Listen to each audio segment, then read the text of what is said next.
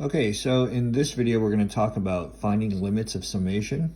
And there's a couple of properties that you guys need to be familiar with and a few formulas that you can just kind of look up and use. Okay, so your summation properties are fairly straightforward, right? If you have a constant and you have some kind of expression over here, what you could do is move that constant on the outside of the sum. And likewise, if you have, adding or subtracting two expressions over here, you can split it up and take the individual sum of each expression, okay, and then add it or subtract it depending on the problem. Now these formulas right here, you kind of just look up, okay? I mean, they're in your textbook. I mean, if you have a constant, right, if you're taking a sum of a constant from I equals 1 to n, it's just the constant times n. And over here, if you have I squared, I cubed, it simplifies down to this expression here on the right. Okay, so there is a proof of it, right? I mean, that's not really necessary for this course, so you can just look it up and apply it. Okay, so let's take a look at this first problem right here. It says evaluate the sum, and I think in the textbook it says using the formulas, right, and applying the properties. And so the goal right here really is to get everything right in terms of n, and right now you have an I over here, right, which is your index. And it's really to use one of these formulas such that you have everything in terms of n, right? So if I look at it right now, right, I only have a single I. So most likely when I manipulate the algebra here, I'm going to have to get, I'm going to have to apply formula number 2 over here. Okay, so again, this is just practicing our algebra skills and applying all the properties. So the first thing I'm going to do is you can see that you can factor out a 3 between these two terms, right? And you can also pull out the n squared. So I'm going to pull out 3 over n squared. And if I do that, what I have left, right, after I factor out a 3, I have an I minus 1. Okay, so I used basically this property right here by pulling out a constant. You can pull out an n for now, even though n's not a constant, right? Because it's going to be used in our formula. You can always pull that out. And now you can use property number 2, basically take the individual difference of these terms right here. So 3 over n squared, but I would put this in parentheses, summation of I is equal to 1 to n of I minus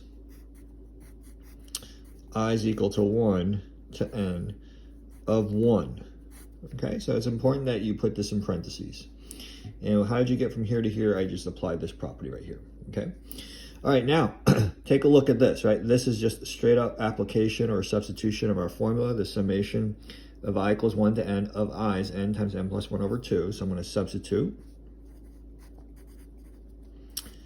n times n plus 1 over 2. And this one is just the summation of a constant. The summation of a constant from I equals 1 to n is just the constant itself times n. Well, my constant right here is 1. 1 times n is just n. Okay, now my summation is completely gone, right? I've simplified it.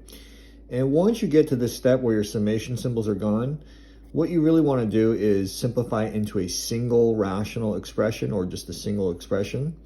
And so the rest is just all algebra, okay? So I would multiply this guy by 2 over 2.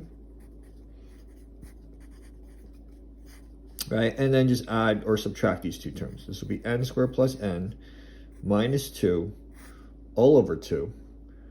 Actually, sorry, this would be minus 2n all over 2.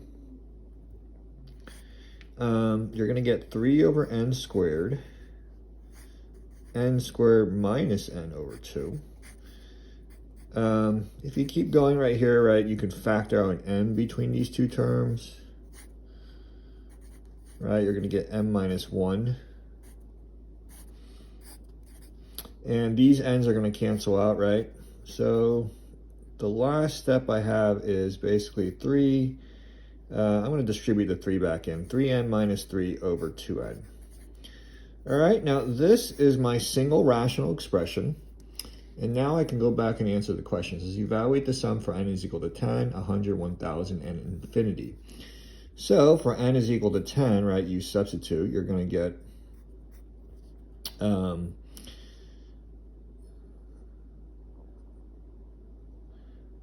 believe you're going to get 27 over 20. For n is equal to 100, if you substitute, you're going to get 1.485. And for n is equal to 1,000, you're going to get 1.4985. And lastly, if you want to take, for n is equal to infinity, right, you basically take the limit as n goes to infinity, okay? So 3n minus 3 over 2n. And how do we take the limit as n goes to infinity?